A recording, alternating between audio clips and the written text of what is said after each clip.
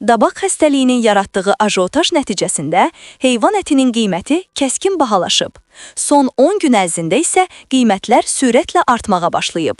Yeni Sabah bizim .mediaya istinadla məlumat verir ki, öncə 1 kiloqramı 22-23 manata satılan quzu əti hazırda 32 manata təklif edilir. Man ətinin qiymətində isə 2-3 manat artım var. Bahalaşma davam edəcək.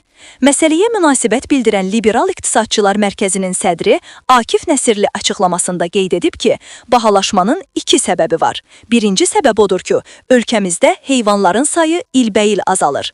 Belə olan təqdirdə tələb təklifi üstəliyir və bahalaşma davam edir. Üstəlik, payız-qış aylarında ət məhsullarına tələbat artıb.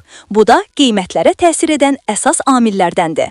Amma hazırki bahalaşmanın əsas səbəbi süni əngəllərdir. Məlumdur ki, dabaq xəstəliyi ilə bağlı bölgələrdəki heyvan bazarları bağlanıb. Eyni vaxtda heyvanların daşınması da qadağan edilib.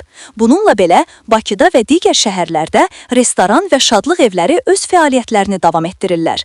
Ət qıtlığından şikayət edən də yoxdur. Deməli, kimlərsə müxtəlif yollarla yenə də heyvan daşıyırlar. Bu daşıma isə məlum səbəblərdən kifayət qədər baha başa gəlir. Ona görə də ətin qiyməti bu qədər bahalaşır. Bahalaşma ən azı qadağalar aradan qaldırılana qədər davam edəcək.